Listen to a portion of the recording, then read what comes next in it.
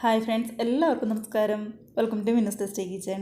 അപ്പോൾ ഇന്നത്തെ റെസിപ്പി എന്ന് പറയുന്നത് നമ്മുടെ ചെറുപയർ പായസത്തിൻ്റെ റെസിപ്പി കേട്ടോ.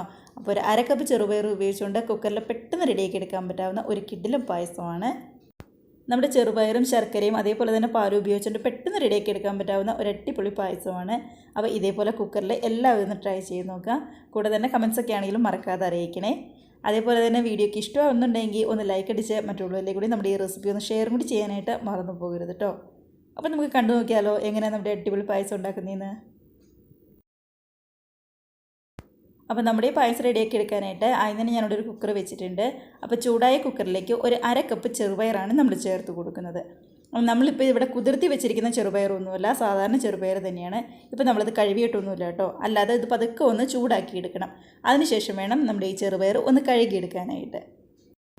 അപ്പോൾ കുക്കറിലേക്ക് ഇട്ട് കൊടുത്ത് ഒരു 2-3 മിനിറ്റെങ്കിലും നമ്മുടെ ആ പയറിലേക്ക് നന്നായിട്ടൊന്ന് ചൂട് കയറുന്നത് വരെ നമുക്കിതൊന്ന് കൈയെടുക്കാതെ ഇളക്കി കൊടുത്തുകൊണ്ടേയിരിക്കും. നമ്മളിങ്ങനെ റോസ്റ്റ് ചെയ്തിട്ട് നമ്മൾ പായസം വെക്കുമ്പോൾ ഒരു പ്രത്യേക ടേസ്റ്റ് തന്നെ ഉണ്ടാവും. സാധാരണ നമ്മൾ വെക്കുന്നതിനേക്കാളും കുറച്ചും കൂടി ടേസ്റ്റ് ഉണ്ടാവും. അപ്പോൾ ഇതേപോലെ ഒന്ന് ട്രൈ ചെയ്ത് നോക്കുക കേട്ടോ. ഇപ്പോൾ നമ്മുടെ പയറൊക്കെ ആണെങ്കിൽ നന്നായിട്ട് തന്നെ ഒന്ന് ചൂടായി വന്നിട്ടുണ്ട്. അപ്പോൾ ഗ്യാസ് ഒരു മീഡിയത്തിൽ ഇട്ടാൽ മതി കേട്ടോ. ഒരു 2-3 മിനിറ്റ് ഒന്ന് ചൂടാക്കി എടുത്താൽ മതിയാവും. അതിനുശേഷം ഗ്യാസ് ഓഫ് ചെയ്തിട്ട് നമുക്കിത് നല്ല രീതിയിൽ തന്നെ ഒന്ന് കഴുകിയെടുക്കാം. അപ്പോൾ നമ്മുടെ ഈ ചെറുപയറിൻ്റെ ചൂട് ആറിയിട്ട് കഴുകാനൊന്നും നിൽക്കണ്ട, നമുക്കിപ്പോൾ തന്നെ ഇതങ്ങ് കഴുകിയെടുക്കാം. ഇനിയിപ്പോൾ കുതിർത്ത് വെച്ച ചെറുപയറാണ് എന്നുണ്ടെങ്കിൽ ഇത് നമുക്ക് റോസ്റ്റ് ചെയ്യാനൊന്നും പറ്റില്ല. അങ്ങനെയാണെന്നുണ്ടെങ്കിൽ നമ്മുടെ കുക്കറിലേക്ക് നേരിട്ടങ്ങ് മാറ്റി ആവശ്യത്തിന് വെള്ളം ഒഴിച്ച് ഒരു 2 വിസിൽ നമ്മളൊന്ന് കേൾപ്പിച്ചെടുത്താൽ മതിയാവും. അപ്പോൾ ഞാനിതിവിടെ കുതിർക്കാത്ത ചെറുപയറായതുകൊണ്ട് ഒന്ന് റോസ്റ്റും ചെയ്തിട്ടുണ്ട്, നന്നായിട്ടൊന്ന് കഴുകിയെടുത്തിട്ടുണ്ട്. അപ്പോൾ അതിനുശേഷം ഇതിനകത്തേക്ക് 2 കപ്പ് വെള്ളമാണ് നമ്മൾ ചേർത്ത് കൊടുക്കുന്നത്. ചൂടുവെള്ളമൊന്നുമല്ല, സാധാരണ വെള്ളം തന്നെയാണ്. അപ്പോൾ 250 ml കപ്പിന് 2 കപ്പ് വെള്ളവും കൂടി ചേർത്ത് നമുക്ക് നല്ലതുപോലെ തന്നെ ഒന്ന് വേവിച്ചെടുക്കാം. നമ്മുടെ ഈ അരക്കപ്പ് ചെറുപയറിന് 2 കപ്പ് വെള്ളം തന്നെ ധാരാളമാണ്, ഒരുപാടൊന്നും വെള്ളം ഒഴിക്കേണ്ട. അതിനുശേഷം വെള്ളം കൂടി ഒഴിച്ചിട്ട് നമുക്കിത് അടച്ച് വെച്ച് നല്ല രീതിയിൽ തന്നെ ഇതൊന്ന് വേവിച്ചെടുക്കാം.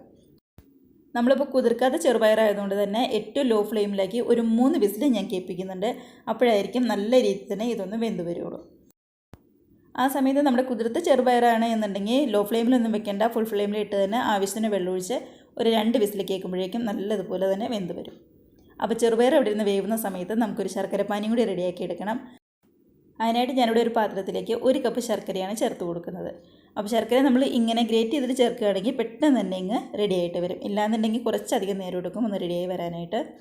അപ്പോൾ അതിനകത്തേക്ക് ഒരു അര കപ്പ് വെള്ളവും കൂടി നമ്മൾ ചേർത്ത് കൊടുത്ത് ഗ്യാസ് ഓണാക്കി നന്നായിട്ട് തന്നെ നമുക്കിതൊന്ന് തിളപ്പിച്ചെടുക്കാം. നമ്മളിങ്ങനെ ഗ്രേറ്റ് ചെയ്ത് ശർക്കര വേവിക്കാനാണെങ്കിൽ ഒരുപാട് സമയമൊന്നും വേണ്ടി വരില്ല കേട്ടോ. കാരണം പെട്ടെന്ന് വെള്ളം ഒഴിച്ച് ചൂട് കയറി വരുമ്പോഴേക്കും അതങ്ങ് കുതിർന്ന് വന്നോളും. അല്ല, വലിയ ശർക്കരയാണെന്നുണ്ടെങ്കിൽ അതിൻ്റെ മുഴുവൻ ചൂട് കയറി അത്യാവശ്യം ഒന്ന് ഉരുക്കി വരാനായിട്ട് കുറച്ചധികം നേരം തന്നെ എടുക്കും. അപ്പോൾ അത് നന്നായിട്ട് തന്നെ നമ്മുടെ ശർക്കരപ്പാനി പെട്ടെന്ന് തന്നെ ഇങ്ങ് തിളച്ച് വന്നിട്ടുണ്ട്. അപ്പോൾ ഒരുപാട് നേരം തിളപ്പിച്ച് ശരിക്കും കുറുക്കിയെടുക്കാനൊന്നും നിൽക്കണ്ട. നന്നായിട്ടൊന്ന് തിളച്ച് വരുമ്പോൾ തന്നെ നമുക്ക് ഗ്യാസ് ഓഫ് ചെയ്യാം. ഇനിയിപ്പോൾ നമ്മുടെ ചെറുപയർ വെന്ത് വരുന്നത് വരെ നമ്മുടെ ശർക്കരപ്പാനി ഒരു സൈഡിൽ അവിടെ ഇരിക്കട്ടെ. അപ്പോഴേക്കും ഇതിൻ്റെ ചൂടൊക്കെ ആറി അത്യാവശ്യം നല്ല രീതിയിൽ തന്നെ ഒന്ന് തണുത്തിട്ടുണ്ടാവും.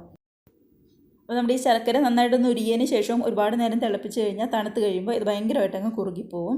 അപ്പോൾ അത് ഭയങ്കര ബുദ്ധിമുട്ടായിട്ട് വരും. അതുകൊണ്ട് ജസ്റ്റ് ഒന്ന് തിളച്ച് കഴിയുമ്പോൾ തന്നെ നമുക്ക് ഗ്യാസ് അങ്ങ് ഓഫ് ചെയ്യാം.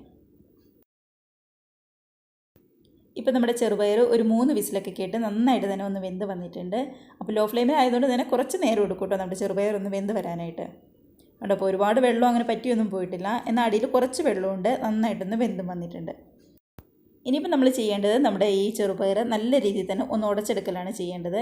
അപ്പോൾ 3 വിസിൽ കേട്ടതുകൊണ്ട് അങ്ങനെ ഒരുപാട് അങ്ങ് ഉടഞ്ഞൊന്നും പോയിട്ടില്ല. തീരെ അങ്ങ് പേസ്റ്റ് പോലെ ആക്കിയെടുക്കരുത്. നമ്മുടെ ഈ സ്പൂൺ വെച്ച് തന്നെ നന്നായിട്ട് തന്നെ ഒന്ന് ഉടച്ചെടുത്താൽ മതിയാവും. എന്നാൽ ചെറുതായിട്ട് ചെറുപയർ കടിക്കാനും നമുക്ക് കിട്ടണം. ഇപ്പോൾ നമ്മുടെ ശർക്കരപ്പാനി നന്നായിട്ട് തന്നെ ഒന്ന് ചൂടാറി വന്നിട്ടുണ്ട്. കണ്ടതായി ഇതേപോലെ പതുക്കെ ഒന്ന് ഉടച്ചു കൊടുത്താൽ മതിയാവും. ഇനിയിപ്പോൾ നമ്മുടെ ഈ ചെറുപയറിലേക്ക് നന്നായിട്ട് തണുത്ത നമ്മുടെ ശർക്കരപ്പാനി ഇതേപോലെ അരിപ്പയിലൂടെ നമുക്കങ്ങ് ഒഴിച്ചു കൊടുക്കാം. അപ്പോൾ ഇങ്ങനെ അരിപ്പയിലൂടെ ഒഴിച്ചു കൊടുക്കുമ്പോഴാണ് എന്തെങ്കിലും കല്ലോ അങ്ങനെയൊക്കെ എന്തെങ്കിലും ഉണ്ടെങ്കിൽ അതങ്ങ് മാറിക്കിട്ടുള്ളൂ. അപ്പോൾ നമ്മുടെ ചെറുപയറും അതേപോലെ തന്നെ ശർക്കരപ്പാനിയും നന്നായിട്ട് തന്നെ നമ്മളൊന്ന് മിക്സ് ചെയ്ത് കൊടുക്കുന്നുണ്ട്. കൂടെ തന്നെ ഇതിനകത്തേക്ക് ഒരു 3 ചെറിയ ഏലക്ക തൊലി കളഞ്ഞതും കൂടി നമുക്കങ്ങ് ചേർത്ത് കൊടുക്കാം. ഒരുപാട് ചതച്ചൊന്നും എടുക്കണ്ട. ഇനി ഏലക്ക പൊടിയാണെന്നുണ്ടെങ്കിൽ ഏറ്റവും ലാസ്റ്റ് ഒരു 1/2 ടീസ്പൂണിൻ്റെ അടുത്തേക്ക് ചേർത്ത് കൊടുത്താൽ മതി. അപ്പോൾ ഇത് മിക്സ് ചെയ്ത് കൊടുത്തതിന് ശേഷം നന്നായിട്ട് തിളപ്പിക്കാനായിട്ട് നമുക്ക് അടുപ്പത്തേക്ക് അങ്ങ് മാറ്റി കൊടുക്കാം. അപ്പോൾ നമ്മുടെ പായസത്തിൻ്റെ മിക്സ് ഒരടപ്പത്തിരുന്ന് അവിടെ തിളച്ച് വരുന്നുണ്ട്. ആ സമയത്ത് നമുക്ക് കുറച്ച് തേങ്ങാക്കൊത്തും അതേപോലെ തന്നെ കാഷ്നട്ടും മുന്തിരിയും ഒന്ന് ഫ്രൈ ചെയ്തെടുക്കണം. അപ്പോൾ അതിനായിട്ട് ഞാനിവിടെ ചെറിയൊരു പാനിലേക്ക് 1 ടീസ്പൂണിൻ്റെ അടുത്തേക്ക് നമ്മുടെ നെയ്യാണ് ചേർത്ത് കൊടുക്കുന്നത്. 1-1.5 ടീസ്പൂണോ നമുക്ക് ചേർത്ത് കൊടുക്കാം. അപ്പോൾ ചൂടായി വരുമ്പോൾ 1/4 കപ്പ് ചെറുതായിട്ട് നുറുക്കിയെടുത്ത് നമ്മുടെ തേങ്ങയുണ്ടല്ലോ അതാണ് നമ്മൾ ചേർത്ത് കൊടുക്കുന്നത്, നമ്മുടെ തേങ്ങാക്കൊത്ത്. അതും കൂടി ചേർത്ത് നല്ല രീതിയിൽ തന്നെ ഒട്ടും തന്നെ കരിഞ്ഞു പോകാതെ ശരിക്കും നമുക്കൊന്ന് ഫ്രൈ ചെയ്തെടുക്കാം. അപ്പോൾ നമ്മുടെ ഗ്യാസ് ഒരു മീഡിയത്തിൽ വെച്ചാൽ മതി. അപ്പോൾ ഇതിൻ്റെ കളർ നന്നായിട്ടൊന്ന് മാറി വരുമ്പോൾ നമുക്കിത് എടുത്ത് കോരി മാറ്റി വയ്ക്കാം. ഇപ്പോൾ ഇതാ നമ്മുടെ തേങ്ങാക്കൊത്തിൻ്റെ കളറൊക്കെ ഒന്ന് മാറി ചെറിയൊരു ഗോൾഡൻ കളറായി വന്നിട്ടുണ്ട്. അപ്പോൾ ഈ സമയത്ത് നമ്മുടെ തേങ്ങാക്കൊത്ത് നമ്മുടെ പാനിൽ നിന്ന് നമുക്കങ്ങ് മാറ്റി കൊടുക്കാം. അപ്പോൾ തേങ്ങാക്കൊത്ത് മാറ്റി ഒരു പാത്രത്തിലേക്ക് നമ്മൾ വെച്ചിട്ടുണ്ട്. അപ്പോൾ ഇനി നമ്മൾ ചെയ്യേണ്ടത് നമ്മുടെ കാഷ്നട്ടും അതേപോലെ തന്നെ മുന്തിരിയും ഈ എണ്ണയിലിട്ട് തന്നെ ഒന്ന് ഫ്രൈ ചെയ്തെടുക്കലാണ്. അപ്പോൾ നെയ്യിലിട്ട് തന്നെ ഫ്രൈ ചെയ്തെടുക്കുമ്പോൾ നല്ലൊരു ടേസ്റ്റ് ഉണ്ടാവുമല്ലോ, അതിന് വേണ്ടിയിട്ടാണ് നെയ്യ് ഉപയോഗിക്കുന്നത്. അപ്പോൾ നമ്മൾ കാഷ്നട്ടും അതേപോലെ തന്നെ മുന്തിരിയും തേങ്ങക്കൊത്തൊക്കെ ഫ്രൈ ചെയ്യുമ്പോൾ ഗ്യാസ് ഒരു മീഡിയത്തിൽ വേണം കേട്ടോ വെക്കാനായിട്ട്. ഹൈ ഫ്ലെയിമിൽ ഇട്ട് കഴിഞ്ഞാൽ ഒരുപാടങ്ങ് ചൂട് കയറി പെട്ടെന്ന് അങ്ങ് കരിഞ്ഞു പോകും. അപ്പോൾ മീഡിയത്തിലിട്ട് നല്ല രീതിയിൽ തന്നെ നമുക്കൊന്ന് ഫ്രൈ ചെയ്തെടുക്കാം. കണ്ടത് കാഷ്നട്ടിൻ്റെ കളറൊക്കെ പതുക്കെ ഒന്ന് മാറി വന്നിട്ടുണ്ട്. അപ്പോൾ ഇതും നമുക്കൊരു പാത്രത്തിലേക്ക് അങ്ങ് മാറ്റി കൊടുക്കാം. അപ്പോൾ അതേ പാത്രത്തിലേക്ക് തന്നെയാണ് നമ്മൾ ബാക്കി വന്ന മുന്തിരിയും കൂടി ചേർത്ത് കൊടുക്കുന്നത്. അപ്പോൾ വേണമെന്നുണ്ടെങ്കിൽ കാഷ്നട്ടിൻ്റെ കൂടെ അങ്ങ് ചേർത്ത് കൊടുക്കാം. ഞാനിപ്പോൾ സെപ്പറേറ്റ് ഒട്ടും തന്നെ കരിഞ്ഞു പോകാതെ ചെയ്യുന്നു എന്നേ ഉള്ളൂ. അങ്ങനെ നമ്മുടെ തേങ്ങാക്കൊത്തും കാഷ്നട്ടും മുന്തിരിയും ഇവിടെ റെഡി ആയിട്ടുണ്ട്. അപ്പോൾ അതവിടെ ഇരിക്കട്ടെ. നമ്മുടെ പായസം അവിടെ നന്നായിട്ടും തിളച്ച് വരുന്നുണ്ട്. ഇനിയിപ്പോൾ നമുക്ക് വേണ്ടത് നമ്മുടെ പശുവിൻ പാലാണ്. തേങ്ങാപ്പാൽ ചേർക്കണമെങ്കിൽ ഇഷ്ടമുണ്ടെങ്കിൽ തേങ്ങാപ്പാൽ ചേർക്കാം. നമുക്ക് എളുപ്പത്തിന് വേണ്ടി ഞാനിപ്പോൾ കവർപ്പാൽ എടുത്തു എന്നേ ഉള്ളൂ. അപ്പോൾ 250 ml കപ്പിന് 1.5 കപ്പ് കവർപ്പാലാണ് ഞാനിവിടെ എടുത്തിരിക്കുന്നത്. അപ്പോൾ നമ്മളിത് നേരിട്ട് പായസത്തിലേക്ക് ചേർത്ത് കൊടുക്കുകയല്ല ചെയ്യുന്നത്, മറിച്ച് നന്നായിട്ടൊന്ന് തിളപ്പിച്ചിട്ടാണ് ചേർത്ത് കൊടുക്കുന്നത്. നമ്മുടെ ഈ പാല് സെപ്പറേറ്റ് തിളപ്പിച്ചിട്ട് നമ്മുടെ ഈ പായസത്തിലേക്ക് ചേർത്ത് കൊടുക്കുമ്പോൾ ഒരുപാട് സമയമൊന്നും വേണ്ടി വരില്ല. അപ്പോൾ പെട്ടെന്ന് തന്നെ നമുക്ക് റെഡിയാക്കി എടുക്കാനും പറ്റും. ഇപ്പോൾ നമ്മുടെ പായസത്തിൻ്റെ മിക്സ് നന്നായിട്ടൊന്ന് കുറുകി വന്നിട്ടുണ്ട്. അപ്പോൾ അങ്ങനെ കുറുകി വരുന്ന സമയത്ത് നമ്മൾ നേരത്തെ റെഡിയാക്കി വെച്ച കാഷ്നട്ട്, മുന്തിരി അതേപോലെ തന്നെ തേങ്ങാക്കൊത്ത് ഇതിനകത്തേക്ക് അങ്ങ് ചേർത്ത് കൊടുക്കുവാണ്.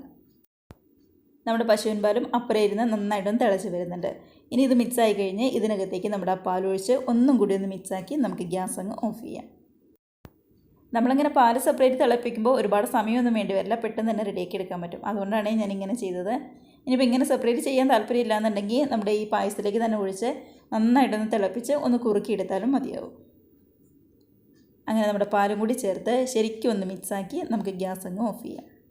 നമ്മളിപ്പോൾ എടുത്തിരിക്കുന്ന 1/2 കപ്പ് ചെറുപയറിന് 1.5 കപ്പ് പാലെന്ന് പറയുന്നത് കറക്റ്റായിരിക്കും. ഒരുപാട് അങ്ങ് കുറുക്കിയിട്ട് നമ്മൾ ഗ്യാസ് ഓഫ് ചെയ്യാനായിട്ട് നിൽക്കരുത് കേട്ടോ. അങ്ങനെയാണെന്നുണ്ടെങ്കിൽ തണുത്ത് കഴിയുമ്പോൾ നമ്മുടെ പായസം ഭയങ്കരമായിട്ട് അങ്ങ് കട്ടിയായി പോകും.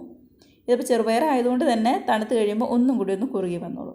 അപ്പോൾ ഒരുപാട് അങ്ങ് തിളപ്പിച്ച് കഴിഞ്ഞാൽ അത് പിന്നെ ഭയങ്കര കട്ടിയായിട്ട് പോകും. ഇതാ എല്ലാം കൂടി ചേർത്ത് ഒരു തിളയൊന്ന് വന്നിട്ടുണ്ട്. അപ്പോൾ ഇത് മതി, നമുക്ക് ഗ്യാസ് അങ്ങ് ഓഫ് ചെയ്യാം. ഇനിയിപ്പോൾ ഇതിൻ്റെ തീ ചൂടുന്ന ആറിക്കഴിയുമ്പോഴേക്കും നമ്മുടെ ഈ പായസം ഒന്നും കൂടി ഒന്ന് കുറുകി വരും.